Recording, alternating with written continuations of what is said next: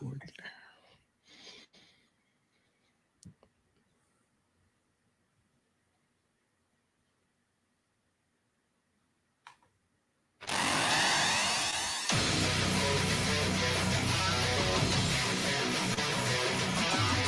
Gators Breakdown, the Gators fan podcast, because there's never a dull moment in Gator Nation.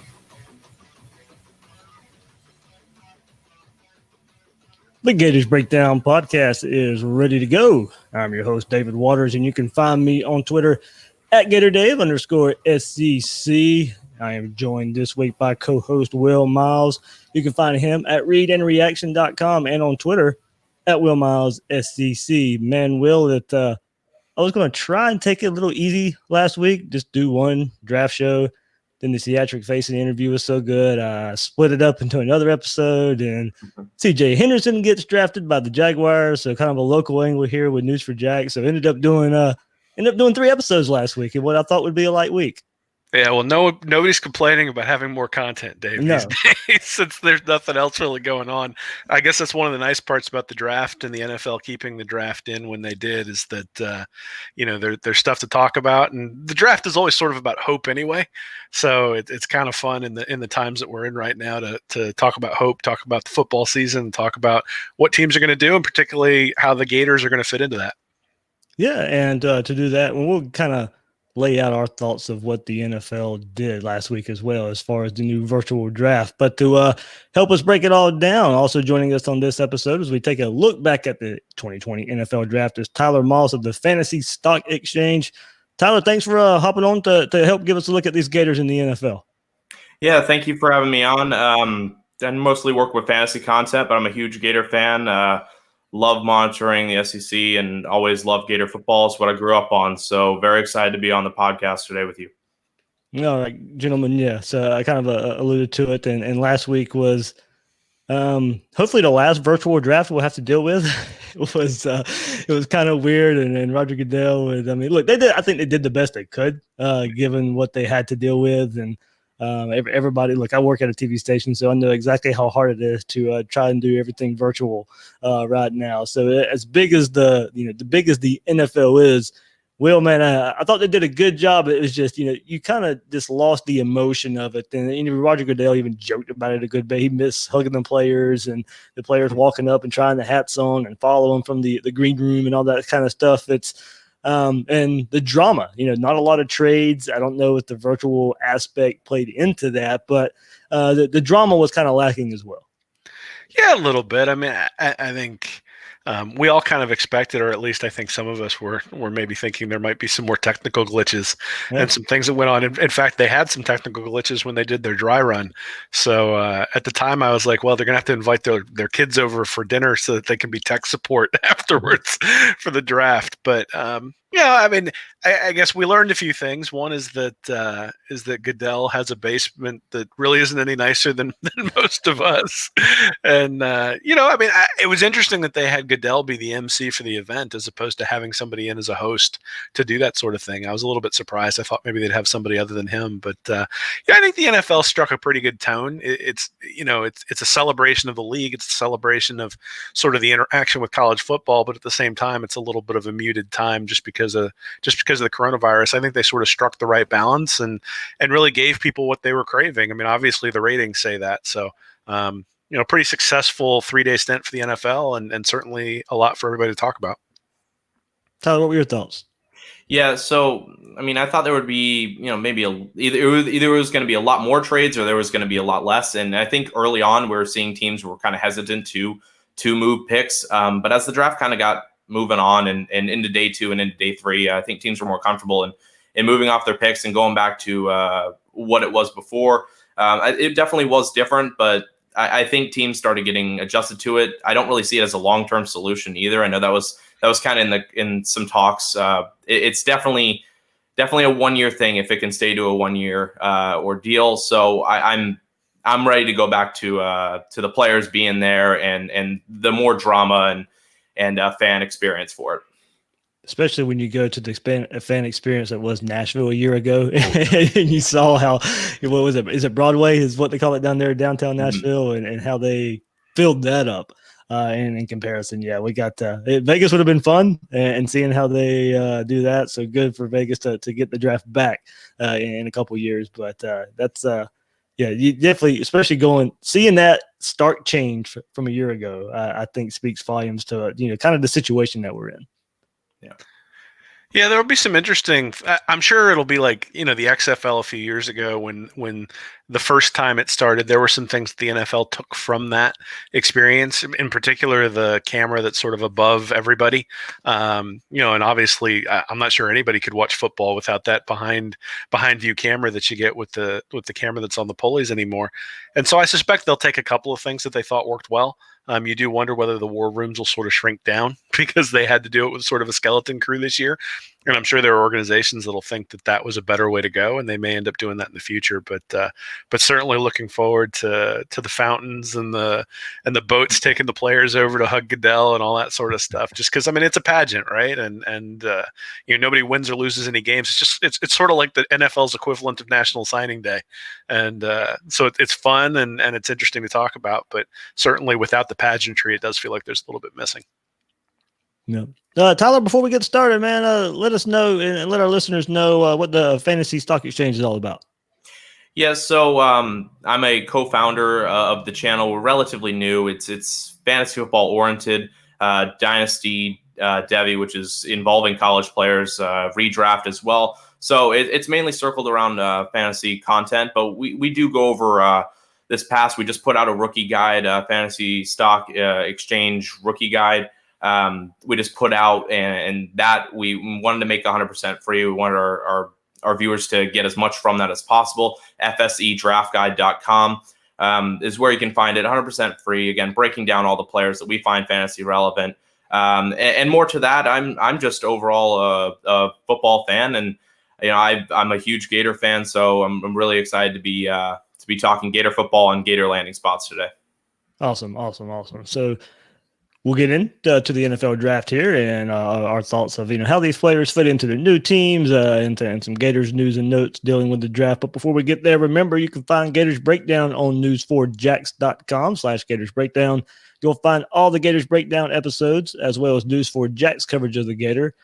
And as I mentioned, if you missed last week, interview with Seatric Faison, really good interview and his time at Florida. And then on Friday, Culpepper, News4Jax sports anchor, and I broke down C.J. Henderson getting picked by the local Jacksonville Jaguars. So a lot of good discussion there as far as the first round pick for the Jaguars. Also catch the podcast on all the popular podcast platforms out there, Spotify, Apple, all that good stuff, and follow Gators Breakdown on social media, on Twitter and Facebook at Gators Breakdown. So reviewing the 2020 NFL draft, here's 7 Gators selected in the 2020 draft. C.J. Henderson, first round pick, 9th overall to the Jaguars. Van Jefferson, second round pick, 57th overall to the Rams. Jabari Zuniga, third round, 79th overall to the New York Jets. Jonathan Greenard goes in the third round as well with 90th overall to the Houston Texans.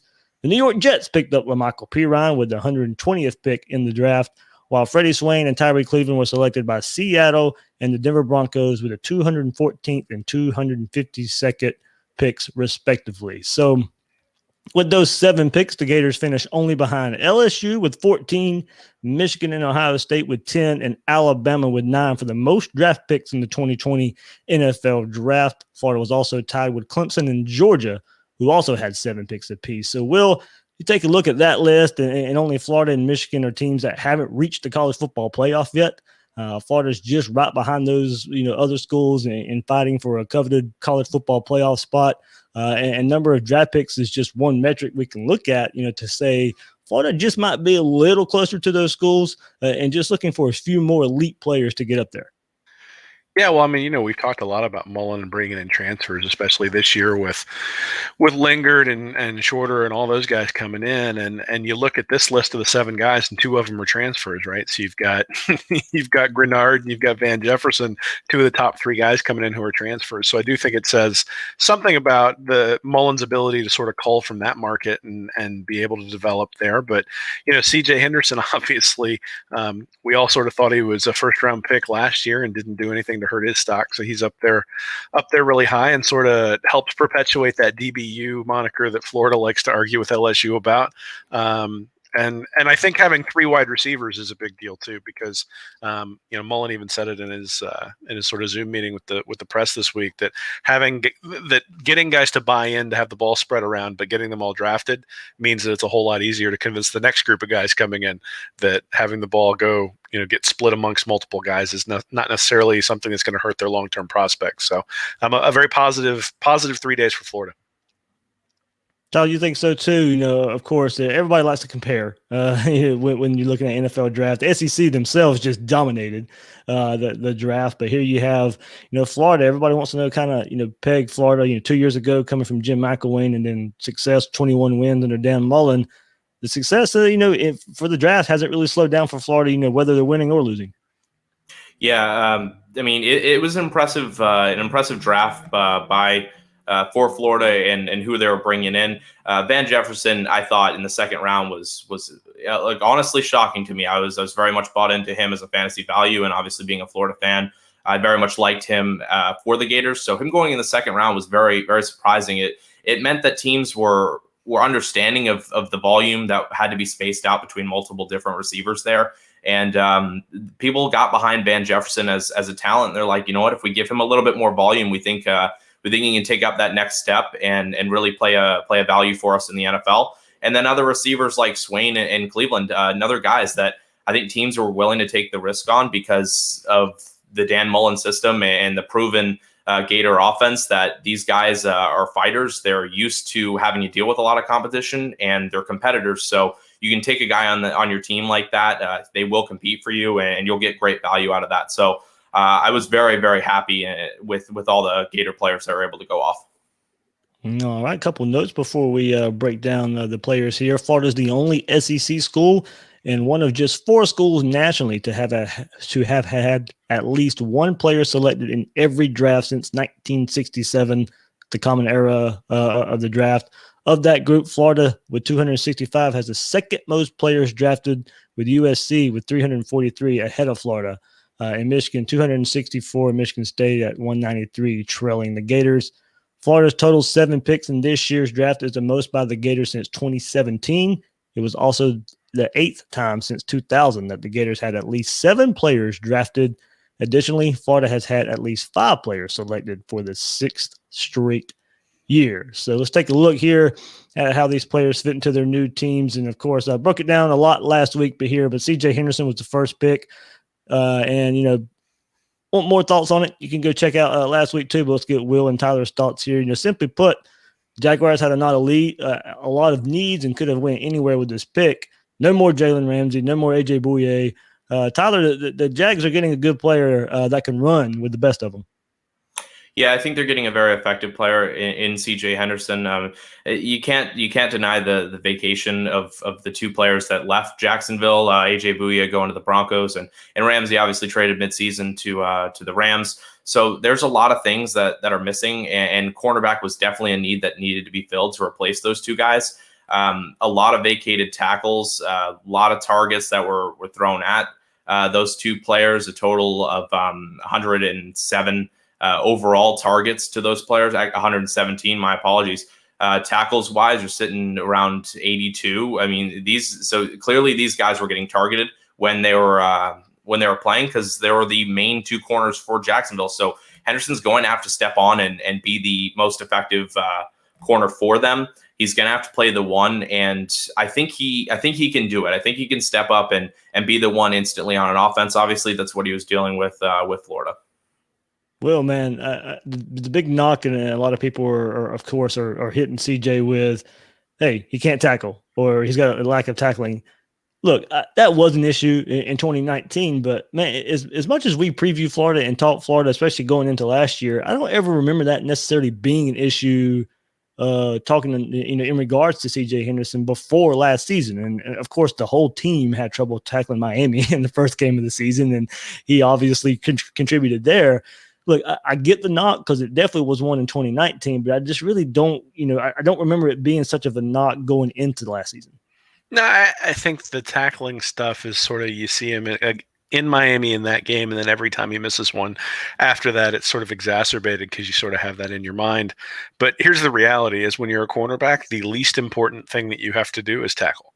I mean, it's something you need to be able to do. It's something you need to be willing to do, but it's the least important of the skills, and that's why he was taken 9th overall. And if you're an elite cover corner, that gets you to the Pro Bowl. If you're making the Pro Bowl, nobody cares if you don't want to tackle. And Deion Sanders is maybe the best example of that. I mean, he's one of the guys that's considered one of the best corners of all time, and that guy shied away from tackling like you wouldn't believe. So I think one, it's overblown. I also think the other thing is that everybody knew Henderson was a top 10 talent after his sophomore season, and he just wasn't eligible for the draft. And there probably is a little bit of something in the back of his mind that he doesn't want to get injured in his junior season. I mean, that's one of the reasons why he sat out the bowl game. So I do think there's probably a little bit of that going on too. And after looking at the film against Miami, I'm sure that he was displeased, and so came back. And the game against Auburn in particular, I remember him being a real good tackler. So I think he's willing. I think he's capable. I just think it's a matter of making sure that he's in the right mindset to be physical. But again, I think for a corner, that's not really the most important thing. Absolutely. So let's move on here. And next pick here, Van Jefferson. Look, I think great fit here for Jefferson going to the Rams. A little earlier than most saw him going. There was a run on wide receivers in the second round, and that was only going to help Jefferson going into an offense here with the Rams. Likes to spread the ball around. Jefferson was drafted with the selection of the Rams, but picked up by trading receiver Brandon Cooks. So Jefferson could play a big role in this slot. Tyler, in the slot is where I think he'll make his money in the NFL. He's got experience playing out wide with Florida, and they may move him there too. But I think in the NFL, he fits more of a mismatch type in the slot. Yeah, Cooper Kupp's there right now for the Rams, sitting in their slot. I think that's a guy they could look to move past. I think his contract's up in 2 years, so he's definitely going to grow into a role there. There's a lot of vacated targets from Brandon Cooks, who we know was traded to Houston in the offseason. So I think Van Jefferson's going to find himself a good amount of targets for the team. I think he's going to need that amount of targets. He had 70 in his 2019 season for Florida. So that's just in a 13-game sample size. So we know that he's going to need the volume. So I want to see him get that volume to be productive as a fantasy receiver. But overall, to the Rams, I think it's a very good fit for him. He gets to learn behind Kupp in a very, very good offensive playbook. I'm really excited to see what he can do. And like you touched on, the capital spent on him was absolutely appalling in my eyes. I didn't think he would go until back third. So him getting that kind of draft capital is going to make him used fairly quickly in the Rams offense. So I'm very excited to see what McVay draws up for him. Will, man, you mentioned it earlier with Jefferson, and look, Dan Mullen's second pick in the draft was a guy who's only been with the program for 2 years. We know he was not recruited by Jim McElwain. He went to Ole Miss before Dan Mullen put him away to Florida here. So a Jim McElwain guy goes first, but a transfer that you brought in to change the offense, bring it from ranked in the hundreds before you got here, and then the first receiver off the board for the Gators goes in the second round.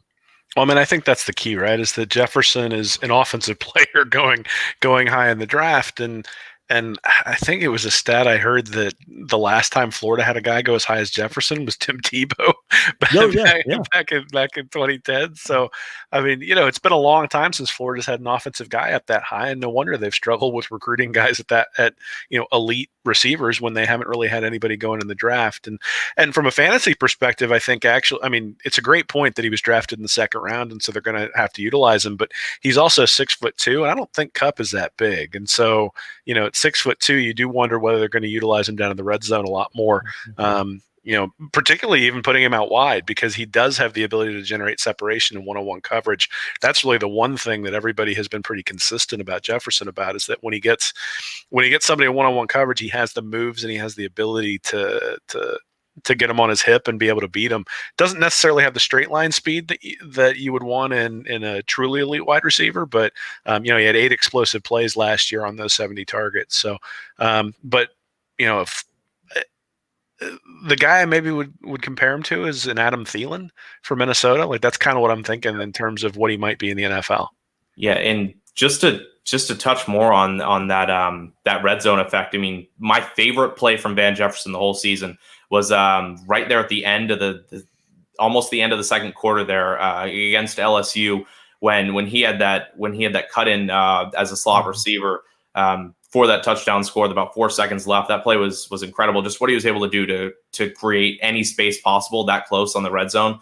That's one of my highlight plays from him. And yeah, that provides that Thielen kind of aspect. I think the one issue though is he demands a lot of targets to be effective, to be an effective receiver in fantasy. There's only 72 vacated targets in the Rams offense, all coming from Brandon Cooks. So I'd be interested to see if he takes any targets away from Kupp or Woods, at least in his first season. I think he's built to be a very good long-term receiver fantasy-wise for the Rams offense, but I want to see what he can do in this first season if he gets that rapport with Goff. See, that's the issue with the coronavirus. The time that they're going to have together to build that rapport between the quarterback and the wide receiver is going to be limited. So it's definitely going to be interesting to see if there's an effect played. Definitely something we'll have to look out for, especially with, Florida's got 3 receivers we'll discuss. And yeah, that's going to be an issue there for all of them and all the teams out there. So let's go back to a year ago, and the Jets are drafting Ja'Kai Polite. And that didn't work out too well for the Jets there. So it didn't work out too well for Polite either. No, it did not. It did not. But hey, look, that didn't deter them from drafting another Florida pass rusher in Jabari Zuniga. Even with a very limited 2019, Zuniga gets drafted by a team with a huge need for a pass rusher. Zuniga has the look, has the attributes of what NFL teams are looking for in a pass rushing defensive end. Well, was it surprising to you a bit that Zuniga went before Greenard? I mean, it was. I think he's, from a physical perspective, maybe is a little bit more gifted than Greenard, but Greenard's really the guy who slid into the role that was abandoned by Polite. And maybe the Jets are sort of banking on the fact that Zuniga is a reason that Greenard and Polite were both so effective, at least when Zuniga was on the field. The biggest thing for me is that when even last year against Georgia, obviously Zuniga was injured and not himself. But even 2 years ago, we remember the red zone stand, but he didn't have any sacks and he only had 2 tackles for loss in those games. And Jake Fromm was really comfortable in both of those games, but particularly in 2019. And you do have to wonder whether he's going to be able to beat elite offensive linemen at the NFL level. But at the same time, he's going to get an opportunity to with the Jets because they obviously have a spot to fill. So yeah, it'll be interesting to see when he's fully healthy, when he comes into a season where he's not hampered. Is he going to be able to be that elite pass rusher? I'd be surprised if he turns into a guy who's got 12 or 13 sacks in a year. Yeah. I think he's more of a situational pass rusher, but he is really good at setting the edge against the run. They did actually move him inside a little bit. Mm-hmm. During the season as well, and so you wonder whether that Georgia game, because he was a little banged up, so I think they tried to help him out and move him a little inside. Yeah, and so you wonder whether that versatility is going to allow him to, whether that's something maybe the Jets thought was unique, is being able to move him inside, and if he's got the pass rush moves to rush the passer from the inside, that can be a real benefit to a team like the Jets. Yeah, and speaking towards that, the opportunity 100% will be there. He's gonna replace Henry Anderson, who was the other end to the other side of Quinnen Williams. Quinnen Williams, the 2019 first-round selection for the Jets. So you're going to have both those two, Williams and Zuniga on the edge. Again, setting the run. I mean, Williams will get after the quarterback. I still think he can do it. 6.5 sacks in 2018 when he was fully healthy. So I can get behind that. Zuniga will provide an effect for the Jets' pass rush. But yeah, mostly run stopping is definitely going to be the value for him. He's going and replacing a guy who 1 sack, 11 tackles in a season of play where he played 13 games. So you're definitely replacing a guy who you'll automatically step up and be the better option for the team. So they're going to put their weight on you to do work. And still, Quinnen Williams on the other side, he's going to be the defense's attention. So Zuniga could provide a sneaky value pick there at the 79th pick in the draft. Okay, next up is Jonathan Greenard to the Houston Texans. And Tyler, man, he has to be excited to be on the same defense as J.J. Watt, him garnering so much attention. Could that just aspect of alone, that aspect alone, could that open up things for Greenard to make an early impact? I think he definitely will have an impact. Watt, with his injury history, is just Yeah. It's nerve-wracking. So whether or not when Watt's on the field, yes, I do believe that there will be some eyes turned away from Greenard to go and make plays. But Watt, with his injury history, it's just nerve-wracking for me to see if he plays even a full season. I doubt he will. But he did have, talking in Greenard's stake, he did have a career year at Florida. I mean, he had coming in as a transfer, absolutely incredible player for Florida. I actually had him over Zuniga, at least in my rankings. I love him as coming off of both the outside linebacker and the D end role. I think he will play D end for Houston. He's going to probably replace Angelo Blackson. Played 15 games, 0 sacks. So it's another Gator player who's going to a situation where he'll clearly have a role. It will take him out of the outside linebacker position, but I definitely think he can play the D end role as well. And it's a clear need for the team. They lost Clowney to the Seattle last year, so they needed that guy to come in. They didn't draft one last year. And with J.J. Watt's injury history, we touched on it, they're going to need a guy that can still get after the quarterback and cause fear and make the pass rush just a little bit more scary. And everything we know about Greenard is he's an absolute workhorse, and he's going to go out there and he's going to try and make plays on every single down. I absolutely love him going to the spot. Yeah, I think the thing that surprises me about Greenard when I actually looked at it is he's heavier than Zuniga. And when I think about last year in particular, I think he showed more quickness, at least when he was trying to get to the quarterback, and really sort of was a terror against Auburn, and just Bo Nix was shaken during that game. And then against Virginia with Bryce Perkins, he was back there in the backfield a lot, pretty strong against the run. Had a pretty slow 40 time, which I think scared some teams off in some capacity and probably allowed him to drop to the Texans. Though I think the third round's probably about right for him. So I'd be really surprised if at some point in his career he doesn't have 10 sacks in a season. The thing I would caution people against is that the Texans aren't going to be able to score now that DeAndre Hopkins isn't there. And so how often is the opposing team going to be behind, and is he going to be able to pin his ears back and go after the quarterback? I think that's maybe one of the things that people would need to watch there in terms of his production in the NFL. But certainly he's going to get an opportunity. I mean, Watt obviously, you mentioned his injury history earlier, but just they don't have anybody at defensive end. He's going to be able to step right in. I suspect that they're going to have him out there on the field early, and that he's going to have to prove that he can stay on the field for all 3 downs. But at least he was able to do that at Florida, and I think those skills will translate. I mentioned it last week in the preview. I think my most intriguing player for this draft for the Gators was going to be LaMichael Perine, just because of doing so well in 2018 in the run game, and then the stats falling off, mainly because we know the offensive line couldn't open up enough holes for him, and kind of opening up himself in the passing game a bit in 2019. So he'll get to go and join Zuniga for the Jets, and a few other Gators there in New York now. Le'Veon Bell's already there and should get a bulk of the carries, but he's going into an offense that can use his versatility, and I think there's some value here in Perine on third downs and in the red zone, Tyler. Yeah, well, I mean, just starting with Bell, I mean, he had a career down year. Gase talked about it before the 2019 season that he wasn't really too thrilled that they spent that much money on Bell. I don't really think I think he'll play this year, but I don't think going into a 2021 season, Bell's really locked for that role. They've been looking to trade him since that 2019 comment when Adam Gase was not too thrilled about bringing him in. 3.2 average rushing. That's not going to get it done at the NFL level. I think Perine can come in and be a really good change of pace back. And Perine's used to being in a system where Damian Pierce took 54 touches last year. Malik Davis took 34, along with the quarterback mobility and what the quarterbacks were designed to run. So Perine's used to being in a multi-back system, and I think that's what he could walk into with the Jets. They have no other guy. They let Bilal Powell walk. There's no real other guy that's going to cause any competition. LaMichael Perine will step on as the 2, and I think he's used to fighting for every single touch he gets. So I think that's what he'll go in and do for the Jets. He definitely could get some red zone work. I could see that happening. Well, Tyler brings up a good point there. Of course, 2018, more so than last year, almost 50-50 split with Jordan Scarlett. Yeah, absolutely. And 2 years ago with Scarlett, he and Scarlett basically had the same yard per carry average. This year, Pierce had a little bit higher average, but Pierce was obviously in games after the defense had been sort of softened up a little bit by Perine, because early on the defense was typically in the backfield against Florida's offensive line this past season. But the reason that Perine went in the 4th round is because he can catch the ball.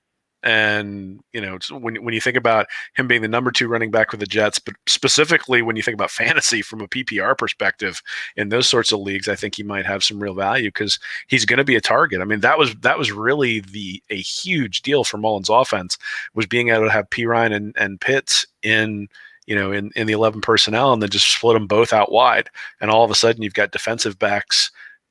You've either got defensive backs on guys who are bigger and stronger, or you've got linebackers on guys who are faster and quicker. And he's going to be able to contribute that sort of thing to the Jets offense right away, even if he struggles to sort of, even if he's not a dynamic back out of the backfield. Yeah, I just think, I said it in the preview last week, Will and Tyler. I mean, I just barely remember, even last year when the offensive line for Florida struggled, him getting tackled for a loss of yardage. He always finds a way to make, a yard or two, even if the blocking's not there, wiggle his way. He doesn't take a whole lot of lost yardage plays. So I think that's look, it's a minor thing, but, maybe another value teams can look at. Absolutely. And yeah, I barely touched on the receiving. I mean, that's there as well. And one issue with Florida last year was finally getting going in the running game. They started to see it at the end with the line. I think Perine really had potential to do a lot more. The hindrance of the line, though, was holding him back. I think going into the Jets system, I think he's going to get opportunity. Adam Gase does like to run multi-backs, so he's going to be a much better option than what Adam Gase was dealing with last year. We had Bilal Power and Ty Montgomery. Ty Montgomery was a wide receiver transformed into a running back, so you already know what you're kind of getting out of Perine from the running aspect and the receiving aspect as well. I think he could definitely steal some 3rd down work from Bell, which would hurt Bell's fantasy value, but it would definitely provide some sneaky handcuff and just overall value from LaMichael Perine. All right. So one of the biggest questions for the Gators in this draft, if not the biggest, was where, Florida's deep wide receiver core would get drafted. It took some time behind Van Jefferson, but Freddie Swain gets put in a great situation out in Seattle with Russell Wilson.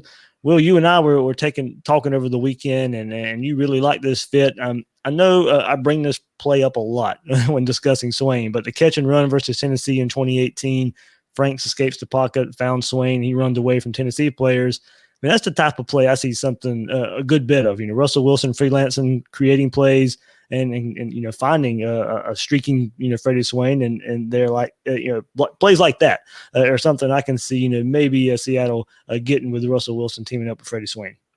Yeah, well, I mean, this is really one where I think Mullen should be crowing a little bit, because under McElwain, Swain and Hammond, both of those guys in particular, really didn't do a whole lot within the offense, and all of a sudden he was a revelation once Mullen came into the program.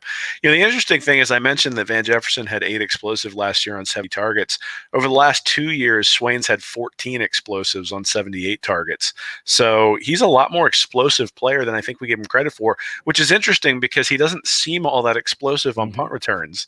But the minute they get the ball in his hands on a slant, or like you mentioned on that play against Tennessee where it broke down, he really has the ability to take the ball the distance, and he showed that with his 40 time. I think he was like a 4.46 or something like that for his 40 time. So he's got real good straight line speed. And then the fact that he was, I wouldn't say he was an explosive punt returner, but he was an excellent punt returner in that he did not make mistakes. He fair caught when he was supposed to. He didn't fumble the ball. He's going to get on the field just as a special teamer right away, and then have the ability to grow into a larger role. And Seattle in particular is a team that they took DK Metcalf a couple of years ago in the 2nd round, but they have not relied on 1st round wide receivers really that much that I can recall. And they've really developed guys, guys like Tyler Lockett and that sort of stuff from, internal. And so I suspect Swain's really going to get an opportunity to grow within that program. Tyler, before you jump in here, man, now we're getting into these late picks, and these guys are on offense. Not really a lot of fantasy value out there unless you're just in some deep leagues.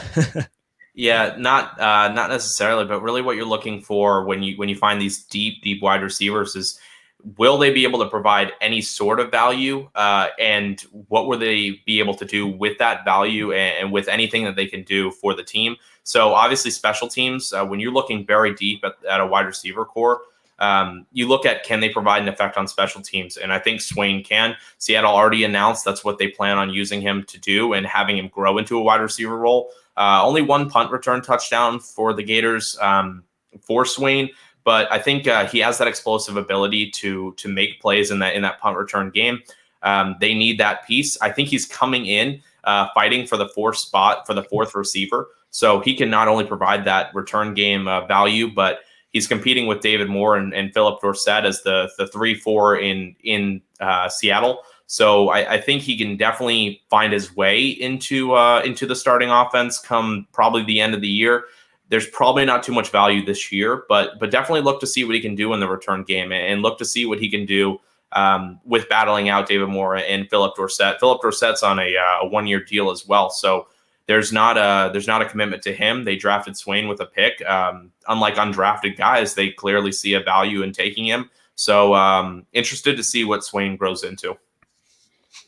All right, and the last one for the Gators, Tyrie Cleveland gets drafted by the Broncos, and going to be tough to make headway there on a loaded depth chart, but a depth chart that didn't really get all that loaded until this past weekend when Denver also drafted Alabama's Jerry Jeudy, 15 overall, and Penn State's KJ Hamler, 46th overall. So Cleveland's going to have to come in and prove he can hang somewhat with those guys.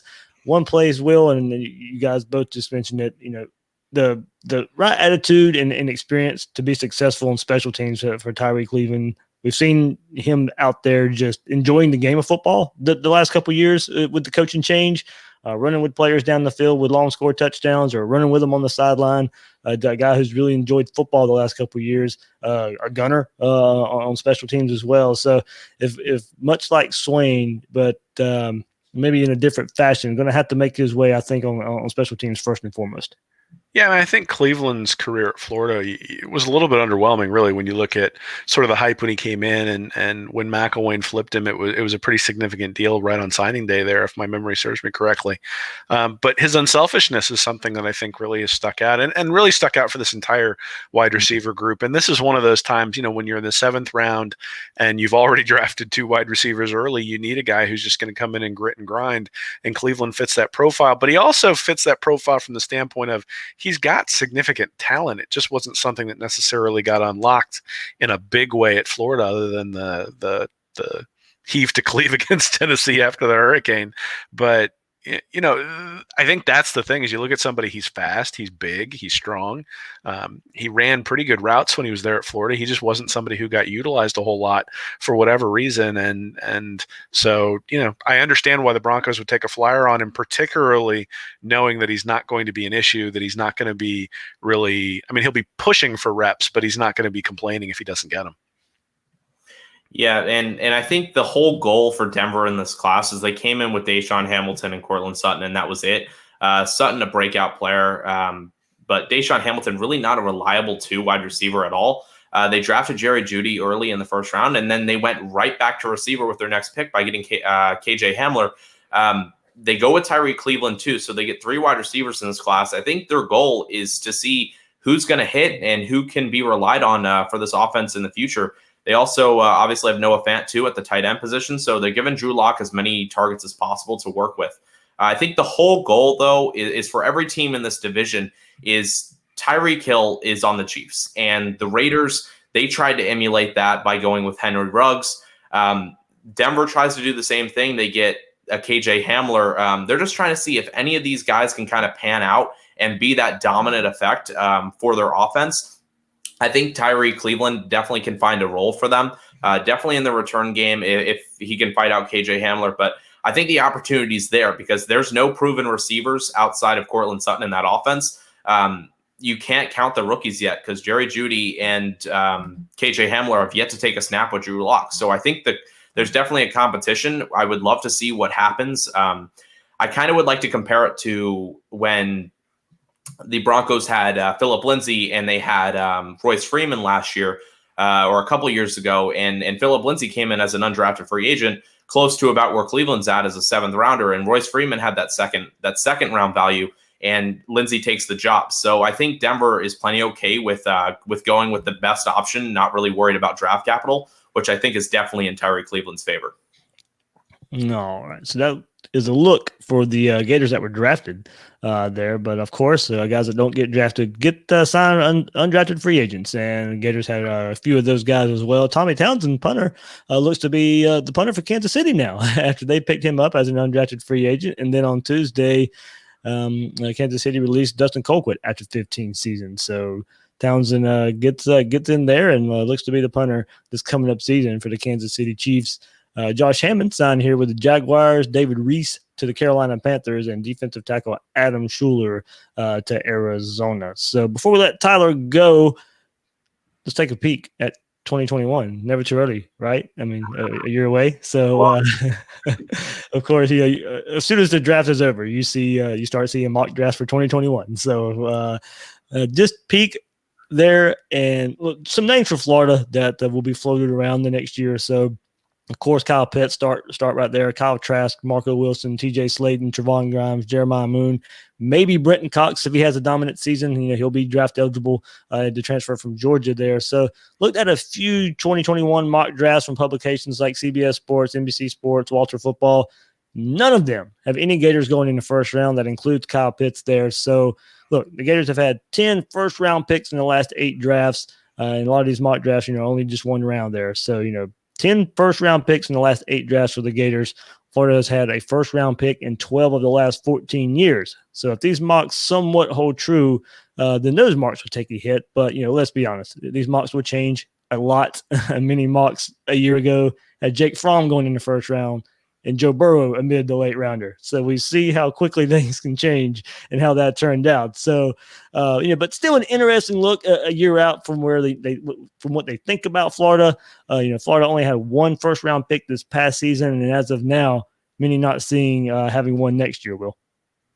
Yeah, I mean, I think that makes sense based on where you think. Like typically first round picks are quarterbacks you sort of, there's nobody on the offensive line. So I don't suspect there's going to be an offensive tackle that's going to get drafted up that high. And just sort of the positions that you think of that people really emphasize in the first round, the only guy right now who sort of fits that profile is Kyle Pitts. But I mean, with an excellent season, I think he has an opportunity to jump up there. Absolutely. Especially as much emphasis as you're seeing on the tight end, and certainly down in Tampa, they're going to have Gronk showing people down there what a tight end can do. And we saw it with Hernandez and Gronk in New England. So I do think that there's an opportunity for Pitts to jump up there. If Dameon Pierce had a really big year, you could see him maybe sneaking into the bottom half of the first round. Slaton maybe, but defensive tackles are usually, they have to be truly, truly elite to get drafted up at that kind of level. So I think Florida's team, and this is something that we sort of thought all along, is that this third year under Mullen, you've got sort of the transition in recruiting, and he's held on to some guys, he's brought in some transfers, but the transfers are the guys who are going to have to be the elite difference makers. So the guys like Lingard, the guys like Shorter, and the guys like Cox, and those guys may end up being the guys who leave if they have fantastic seasons. But obviously that's something that you'd want, because if they have a fantastic season, then you figure that Florida's done really, really well. Tyler, you and I were talking behind the scenes a little bit today. You're a big fan of one Kyle Pitts. I am. So I'm a huge fan. Before I get into Kyle Pitts real quick, Marco Wilson, before he decided not to declare for the draft, was looking at around second round value. So going back for one more year, I think he definitely could sneak into the first round. But Kyle Pitts is a guy that I could definitely compare to the Hawkinson Fant draft from just a couple of years ago. I think if he would have, now he wasn't eligible, but I think if he was to have gone in this past year's draft, I think he would have been the number 1 tight end off the board. I think that's just the value he has. Now this year was a down year for tight ends. Last year was just such an up year for them. I really, really like Kyle Pitts a ton. I think he has first round value if he can put together another really good season. I mean, he had defenses drawing up plays specifically for him, and with how talented our wide receivers were, it was opening up a lot for our offense. I absolutely love Kyle Pitts, and then I really like Kyle Trask as well. I think Trask could be a sneaky riser in draft boards. I think he has NFL starting ability. I got to see a little bit more for a full season for him this upcoming year, but I'm really excited to see him as well. But Kyle Pitts is definitely a guy. Him and Marco Wilson are probably the highest chances to probably be in that first round. All right, Tyler, man, I can't thank you enough for giving your NFL insight here. Gators Breakdown's 99% Gator football, so we get to talk a little NFL this time of year with the draft. Let our listeners know what you guys at the Fantasy Stock Exchange got coming up. Yeah, so again, we just put out our rookie draft guide. Everyone in the class with fantasy value, fsedraftguide.com. You can find that. We've got our main full draft coming up as well. We're going to release that around 4th of July weekend, so that's in a little ways from now. But we're getting that working on. We got a lot of stuff going on. You can check out our YouTube. We're on most places you can find podcasts as well. If you guys want to hear us. A startup, but definitely something we're pumping out a lot of content for. 7 videos at least a week. So we're just trying to get as much content out for the viewer as possible. Very excited to keep that going, and I'm around on a lot of different places too as well. A lot of different channels. I try and feature as many places as possible. So hopefully you guys run into me somewhere else as well. But it was a really big pleasure being on Gators Breakdown. Thanks, man. Thanks. And, any way we can help out, we've all been there with the startups and all that stuff. So we get you out there and look, you know what you're talking about. So it's a big help in letting our NFL fantasy fans know what they're getting out of the Gators. Absolutely. All right. Thanks, Tyler. Thank you. All right, Will. So good stuff there as we take a look at the NFL draft from a Gator perspective here. And look, Will, you and I kind of alluded to it a bit here, of course. I mean, Mullen's going to be able to take this on the recruiting trail at somewhat. You can spin in a positive light what's been going on here the last couple of years with the 21 wins, and now some success with the NFL draft as well. And last year, after one season, and you can say this for any school. How much is it the past coach and how much isn't the current coach? But as you get away from the hire, further and further away, you're going to start giving more credit to Dan Mullen. And after 2017, a lot of people will give Dan Mullen a lot of credit for last year's draft too. But McElwain brought these players in, and while we slam recruiting for the most part for not being up to Florida standards, still okay recruiting for on a national scale, just not what we were used to seeing beforehand from a Florida Gators head coach on the recruiting trail. So Mullen taking McElwain's players, winning with them, turning them into NFL draftees. Maybe even more credit for Mullen is taking these transfers, Van Jefferson and Jonathan Greenard, that he only had for a season or two, and also turning them into NFL draft picks. I mean, Mullen can take this out and go shopping with it.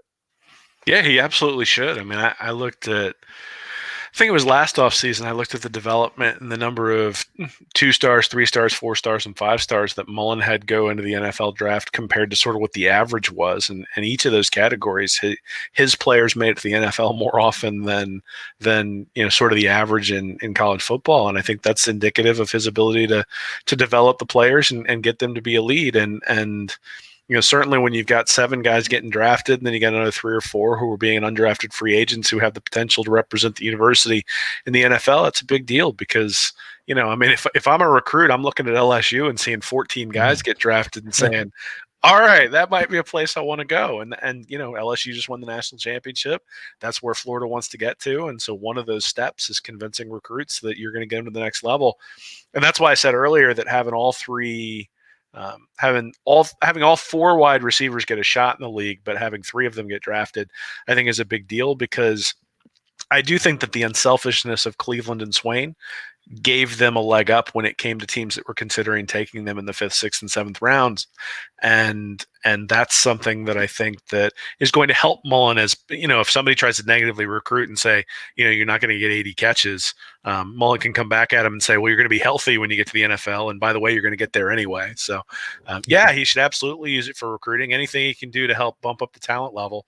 And, the issue with recruiting's never been there aren't talented players at Florida. It's always been that you're competing with the best when you compare it to Alabama, Georgia, and LSU, and so you need to be up at that level. And Mullen's slowly getting there. All right, and we'll kind of to extend what you were just saying with those receivers. Swain and Cleveland's selection on Saturday, along with Jefferson's on Friday, marked the first time since 1978 that Florida had 3 wide receivers drafted in the same year. Florida joins Tennessee and LSU as the only schools in the SEC to have had 3 wide receivers selected in 2 separate drafts in the common draft era. Additionally, it was the first time since 2009 that more than one Florida wide receiver was selected the same year, and the 4th time since 2000. And that feat ranks 2nd in the SEC. So, Will, kind of like you just said, for an offense that spreads the ball around so much and so many players that can be a knock on Mullen by some, 3 guys still get drafted. Kyle Pitts looking as a high draft pick next season. Mullen can definitely go shopping with that. A few other notes here about the draft before we move on.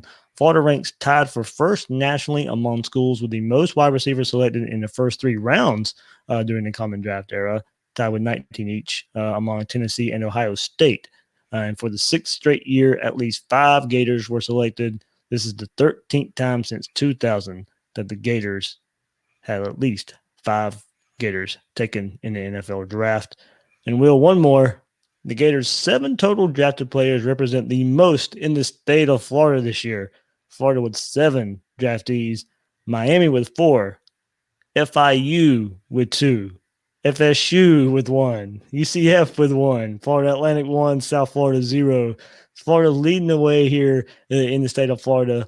3 more than Miami, 6 more than FSU, and Florida International with 2, actually 1 more than FSU. So, I mean, look, only 2 years of Willie Taggart. A little this goes to Jimbo Fisher as well. But, man, the development there the last 2 years, for FSU fans and media out there that want to slam FSU for firing Willie Taggart after 2 seasons, well, this is one example that, anybody in support of firing Willie Taggart can take to the bank. 1 player drafted from FSU. And, some of those were highly rated recruiting classes. They were all highly rated recruiting classes. In fact, if you looked at pure talent overall, even the roster rankings, right? It's not like these guys have all transferred out. It's just they haven't developed. And, we've seen personally at Florida what kind of damage a 2-year reign of terror can do, because we got, 2.5 years of the McElwain-Nussmeier regime, and things just sort of fell apart. Obviously, they never really even got started at Florida State under Taggart, which is it's significant considering how much talent that they actually had at that program and the guys that they brought in. But yeah, I mean, it says something about the difference between a high quality head coach and somebody who maybe isn't necessarily ready for prime time. And, I know Taggart's name was mentioned when it came to Florida's job. So, oh man, you think about Taggart, you think about Chip Kelly, and then Dan Mullen were sort of the 3 that you sort of heard getting bantered around, and whew, boy, did Florida pick the right guy there. But I want to go back to what you said about the wide receiver. When you think of the wide receivers being drafted, when you think about Florida and the program, and when the program has excelled, I mean, national championships have been surrounded by guys who are going in the first 3 rounds of the draft, right? So guys like Rashae Caldwell, Jacquez Green, Taylor Jacobs, Rashae Caldwell, Andre Caldwell, Percy Harvin, David Nelson, all the Riley Cooper, all those guys who became quality NFL players, or at least had an opportunity in the NFL, are tied in with Florida's offense being good, but also Florida just being excellent as a program. And so I do think that there's something you can read into having those 3 guys get drafted, having Hammond be an undrafted free agent, and now sort of having this next wave of guys coming in. If Mullen can keep that going, I think that's one of the things that we really ought to look for, is that, it took Spurrier 4, 5, 6 years to break through to where he finally had teams that were going, 12-1, losing in that Fiesta Bowl in 95 and then winning the championship in 96. We've sort of talked this entire time that Mullen's ability to build the program is going to be more of a slow burn than a quick shot up. And I do think that if we see wide receivers step up in 2020 and really sort of excel the same way these guys did when Mullen took over from McElwain, I think that's a really good sign for the program moving forward. Well, one more thing, and I'm going to connect some dots here. We mentioned mock drafts a little bit for 2021, and One name going in the first round that Gator fans have noticed is not a Gator, and that is one Georgia quarterback, Jamie Newman. And your latest at read and reaction, can basically, can he take over can Jamie Newman, the transfer from Wake Forest, come in and step in for Jake Fromm and take Georgia to the next step? And Will, toward the end of your article, the quote here, and I'll let you build off of this: Newman has the skills you need to be an elite quarterback, but has not been able to consistently apply them yet over a course of a season. So in your film review of one Jamie Newman, and everybody go to Read and Reaction and read and look at these highlights Will has pinpointed, what did you notice? Newman's a really interesting case because when you're watching it, usually you watch a quarterback, and if you watch a full game, you sort of get an idea of what he does well and what he doesn't do well. And I watched a full game that he played against NC State because that was his best game of the season, and I left that game going, oh crap, we're in trouble. like if that's his ceiling, we're in trouble. But then you look at his stats and you're like, eh. And I even did that in the article. I compared 2019 Jamie Newman to 2018 Felipe Franks, and they're basically the same player. And if you think about the things that people said about Franks, it's like he's got a cannon for an arm. He just needs to learn how to read defenses, needs to not lock onto his first receiver. And those are the things you started to see when you looked a little bit deeper into what Newman was doing. He clearly locked on to Surratt and Hinton as two main receivers, and those guys accounted for like 50% of the total catches that Wake Forest had last year. And there were times where those guys would be open because the coverage dictated it, and he would make awesome throws to them. And then there would be times where they would be bracketed, and he would still try to throw it into them. And I think that's where sort of the disconnect between the stats that he's put up and what you see on film, because he's got a cannon for an arm. He's got an ability to run. He's able to take advantage. He's able to build. There were some times. There was one example where he sort of danced around the pocket, made time, and then just threw a bullet to the outside and was able to convert a third down against Virginia Tech. He's got the skills. I understand why people look at it and say this guy's going to be a great NFL quarterback, but you and I have talked extensively about the work I've done looking back at high school accuracy, and his high school accuracy was terrible. It's been better in college, but it hasn't been elite by any stretch of the imagination. And, Georgia's bringing in a lot of new guys on offense this year, a brand new offensive coordinator. Maybe they gel, but you also have the possibility that they don't at all because there hasn't been any ability to develop trust. And that's one of the things when Georgia's basically a national championship or bust at this point, right? I mean, an SEC title isn't even enough for their fans because they still have to hear 1980, even if they win the SEC title and then flame out in the playoffs. And so at some point they're going to be down. And the question is in the huddle, are they going to trust the quarterback? And I think, 3 years ago against Alabama, Kirby Smart clearly didn't trust Jake Fromm. He took the ball out of his hands actually late and allowed Alabama to come back with Tua. And then even you look at that South Carolina game last year. I mean, Fromm played terribly, and he didn't really play very well all year long. But you figure you got your junior quarterback who's really supposed to be your stud, and they really kind of took the ball out of his hands in that South Carolina game as well and cost him that game. So, I do wonder, is there going to be a level of trust between Monken and Smart and Newman and then all the players? And, he's got all the skills that you would want to see, except for, like I said, I think he locked onto some guys and would force the ball in, and you see that in his interception total. So he had 26 touchdowns, 11 interceptions. That was really the difference between him and then Franks the year before, where Franks had 24 touchdowns and 6 interceptions. So Newman really didn't take care of the ball all that well with Wake Forest, and the offensive line at Wake Forest wasn't terrible. Like it wasn't something where you're like, oh yeah, he's getting hit all the time, and that's going to change when he's at Georgia, so everything will get better. So I'm left not entirely sure what we're going to see out of Jamie Newman in 2020. Like, it's entirely possible that he wins the Heisman Trophy because he has those sort of skills. But I think that's a really, really low probability. I think the higher probability is that he ends up being about what we would have expected from Felipe Franks last year, which I think most of us thought coming into the year might be good enough to get Florida to be competitive with Georgia, but that was going to be a rough one. But that if Florida could pull that out, then they had an opportunity to make the playoff. But that's not good enough for Georgia now, and it's going to be interesting to see how that dynamic plays out because you win the recruiting national championship the first couple of years that you're a head coach, and everybody pats you on the back and says, "This is great, you're building."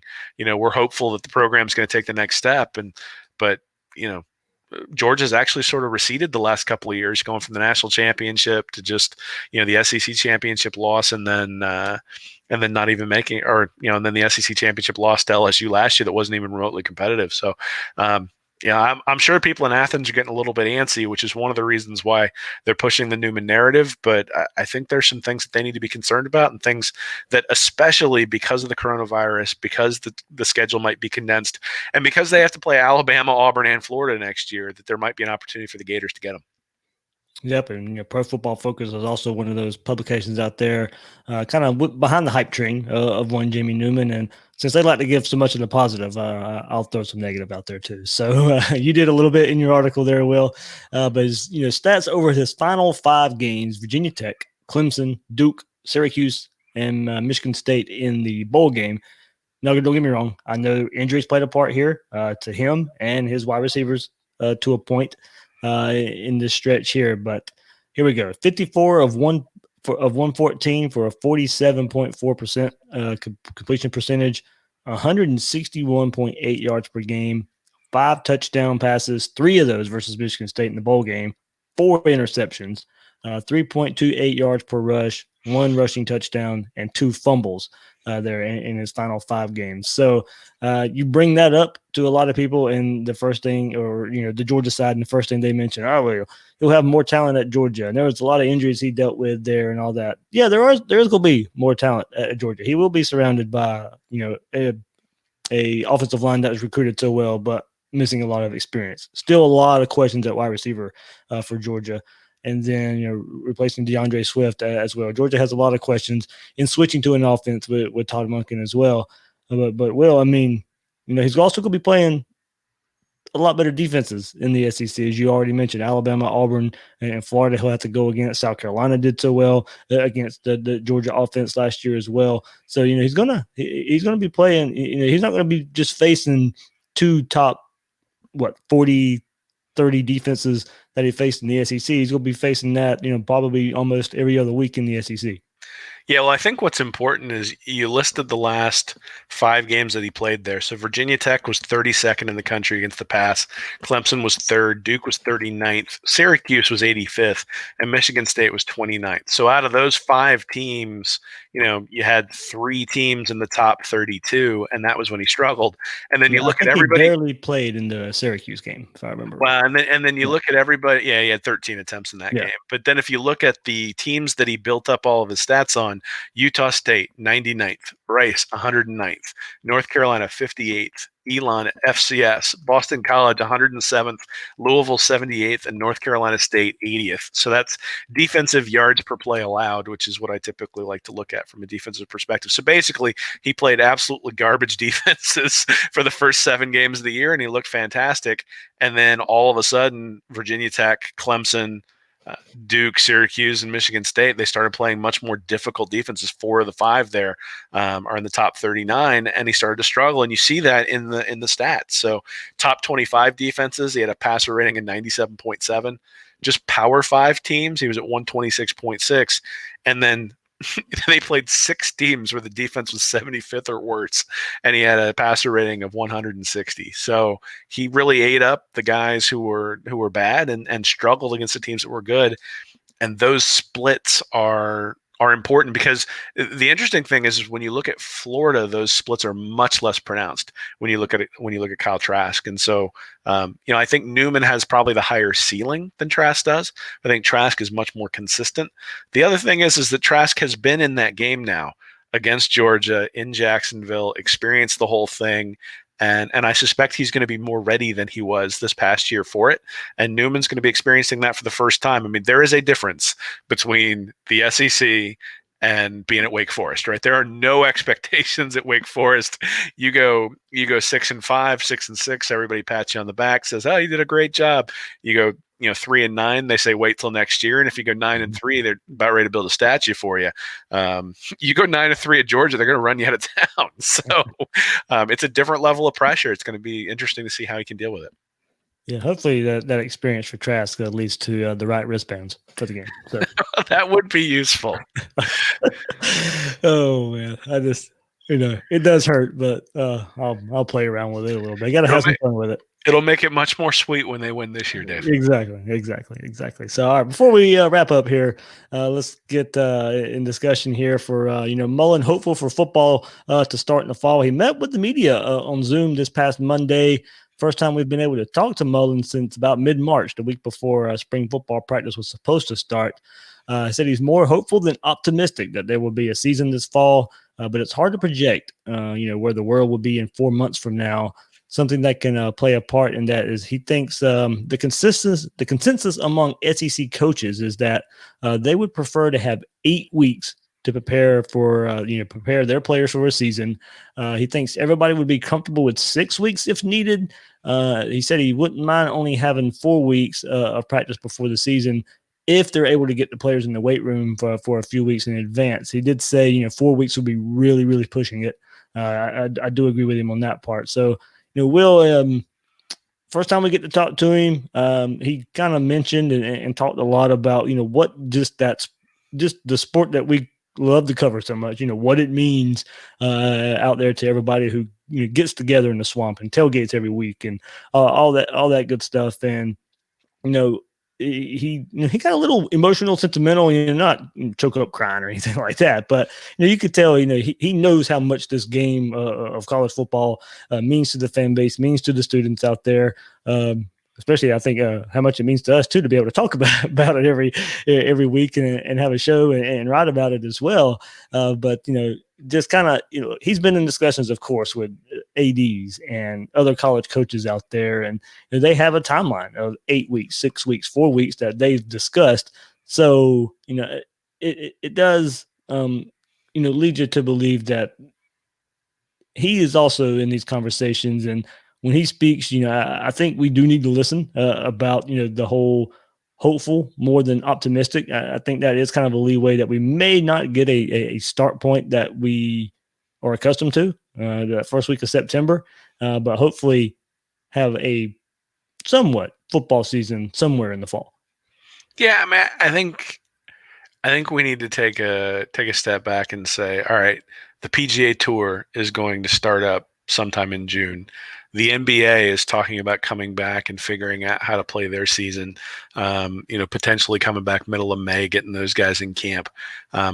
College football is going to have to see how that goes with those organizations and the setbacks they see and the challenges they have to understand what they're going to be able to do and what they're not going to be able to do, right? And we're going to have to see how the virus reacts and is there a second wave and all those sorts of things before you can really put any sort of certainty on what you're doing. I do know that I appreciate that he's pushing for at least 6 weeks with a couple of weeks in the weight room before that. I do think that if you throw guys out there without allowing them to truly prepare physically, you're really asking for some problems as the guys get beat up in an entire SEC schedule. So I'm glad to see him asking for that. But 8 weeks, if you're going to start the season first week in September, means you're really getting in there. Second week in July is what you're, maybe even first week in July is what you're talking about, getting in there for camp.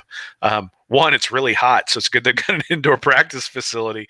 But the other thing is that it's just it's going to be a long season for the players to have 8 weeks in camp and then go all the way through a full season. I'm doubtful that we have that early September start. I don't like saying that, but I think that's probably what ends up happening. I think things might get pushed back a little bit, but then you run up against the moral problem of having players play till like February or March and then come back the next year in September to play again. So I do think that there's probably going to be some concessions that need to be made, but like I said, we're not going to know until we see with Major League Baseball, until we see with the NBA, PGA Tour, even UFC is going to be opening up and doing some stuff in Florida as well. So you're in Jacksonville, so yeah. And then you've got general hotspots, right? And so the SEC in general has been relatively light when it comes to the coronavirus. I mean, as opposed to a team like Penn State, Pennsylvania's been hit reasonably hard. New York has been hit. Like how do you play the Big Ten? Like how do you do Rutgers, right? If you're playing in the Big Ten, that's a bigger challenge maybe than getting Alabama to play Auburn. And so maybe they'll have to make some manipulations there. But Mullen's right about what college football means to means to people. I mean, I'm missing sports in general, but one of the things I'm missing is that college football just never really stops. And, there's nothing to argue about right now. It's everything is sort of stopped. And, every once in a while a recruit pops or something like that. But we can argue draft picks this week. Well, and it was a welcome respite from basically saying the same stuff we've been saying for the last 6 weeks, right? And the thing is that the people that you tailgate with, the people that you spend time with, the people that you bond over this become your friends and become your family. And so that's really what you're losing especially for college football, right? I mean, the people that I talk to from college aren't the people I went through engineering classes with for the most part. They're people I went to football games with. And, the same thing applies now that we're doing this, is that the people that I talk to on a day-to-day basis to sort of keep me anchored with the University of Florida are people who have a love for the football program and a desire to see it do well. And so those are the things that you're missing when the college football season either gets delayed or if they have to play games without fans or those sorts of things, is, the tailgates, the experience, sort of the familial aspect of college football that I really think makes it unique and different from the other sports that are out there.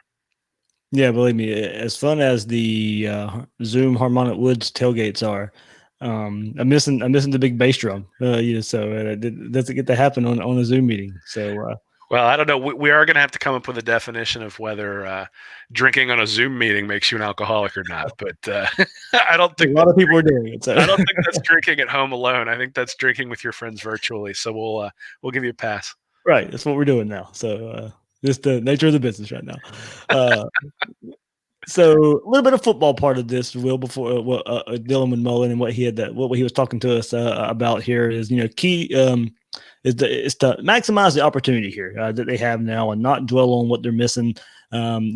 Anthony Richardson, of course, early enrollee quarterback, was brought up, and Mullen says he has more time available to hit the field and throw now than he normally would have during this time with classes and strength conditioning workouts. So extending that, I got to ask Mullen if there was any positives that he can take away from what's going on right now, and he said how the team is handling the adversity of all this, and he likes where they're at with that part of it. Teams handle adversity all the time, and this is just one more piece there. So the team's mindset with all the uncertainty, quote, the big thing is when all this is over, are we going to be the team that's prepared to go? And I think that's a worry there for all these college football coaches out there. Are these players doing what they're supposed to do? You can't be there with them. You're going to have to rely on their word, their mouth to tell you the truth here. So, he said they have high expectations within the program, but he doesn't know if the lockdown will necessarily give them advantage over other teams, kind of for what we've mentioned here. The coaches coming back. You have almost the entire staff returning, except for Tim Brewster here. Kyle Trask is returning, and a lot of production in key spots still returning for Florida. But Mullen says not necessarily sure that gives them advantage right now. He's pleased with how his players are learning and the feedback he's gotten from them. Quote, I think our guys are handling it as well as possible. Yeah, I mean, I think that's knowing the guys you can trust, knowing the guys you can go to war with is really what comes out of something like this. If you're going to think about something being an advantage, right, is you're going to know, if Trask steps up into a leadership position, if there's an issue that needs to be taken care of, and he takes care of it. You're going to know if guys come in and they know the playbook backwards and forwards so that you can do the physical reps because you don't necessarily have to teach them things during install.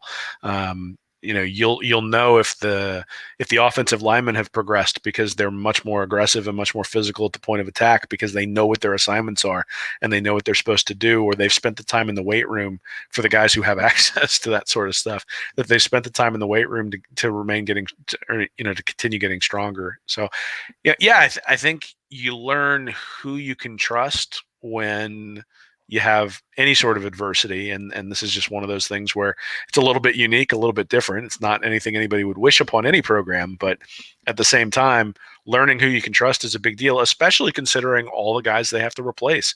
On the defensive line, we talked about the 2 guys who got drafted. We talked about the 4 wide receivers. They're guys that need to be replaced. And the question is going to be, is Kadarius Toney going to do what's necessary in order to take the next step? Same thing with Jacob Copeland. Which one of the freshman wide receivers is it going to be Xavier Henderson, or is it going to be Jamarcus Weston? Who are the guys who are going to step into those roles, and who are the guys that Mullen's going to trust when it comes to 3rd and 2 in that game against Georgia? Who's going to be in there? And I think this offseason, more than any other offseason, is really going to dictate who's the guy he's going to be able to trust, because he's not going to have an extended camp. He doesn't have spring practice, spring game. It's, we're going to have camp, and all of a sudden we're going to have games. And so the guys who have built that trust are going to be the guys who get to play. And so, yeah, it's really an opportunity for the players to differentiate themselves on their own. And, obviously you wouldn't want it to be this way, but it is this way. And so that's what we're going to learn. Yeah, one part of this, Will, I keep coming to this. Nutrition is so big this time of year. And being with you're on campus, you're with the nutritionist on staff. And I know a lot of people may gloss over this, but the nutrition part of this, I think, is huge. Are these guys eating the way they're supposed to be eating? And a lot of these guys don't come from the background where you can go out and farmers market and go eat the healthiest food out there. And I mean, they're missing out on the important nutrition that they're supposed to be getting while they're working out. Working out, I think they can get by a little bit more. You can make something up there to go work out. You can go pull a car. You can make some makeshift weights. But I think nutrition, I think, is a big part of this that these players are missing out on now, and everybody's watching what they're eating. And plus, I think true freshmen or the early enrollees that were going to get a taste of what to expect in spring, now they still don't really know what to do. At least with the players who have been through a previous spring or been through a season or been through the workout regimen, they know what to expect. There's still guys who are a part of this team who haven't played a snap, who some wouldn't be on campus until summer anyway. Yeah, but are those guys doing the workout plan, the workout regimen that has been given to them? But they don't really know how to do it the way the guys who have already been through a spring and been through a season. So there's two aspects there with experience off the field and how to handle everything off the field. I think really can play into this and how far teams can go. Yeah, I'm qualified to talk about a lot of things, but nutrition probably isn't one of them. Yeah, me either. but everybody's in the same boat, right? I mean, yep. Every program has the exact same issues. Some teams have a little bit less experience in Florida. Some teams have a little bit more experience in Florida. At the end of the day, when the pads get strapped on, nobody's going to look back and go, oh, coronavirus put us at a disadvantage. And so the reality is this is all part of, people, you will hear people defend recruiting by saying you got to get guys who fit your system. You got to get guys who have the right attitude. I want 3 stars who work as hard, who work harder than 5 stars, that sort of stuff. I mean, this is where that starts to become important, right? Is having the right culture, the right people, somebody who cares enough about his teammates and about his own success that he's going to work even when he doesn't necessarily have to, because there's nobody screaming at him and nobody watching him. And so having those types of people in the program are important. So everybody has the same general issue. We're going to see. I mean, it's going to be fascinating because you look at teams like Georgia. I think there's a suspicion amongst Florida fans and maybe even some Georgia fans that Smart has brought in an awful lot of talent, but doesn't necessarily always harness that talent. And part of that is discipline type things. And so, is the culture that he's built there strong enough to overcome something like this?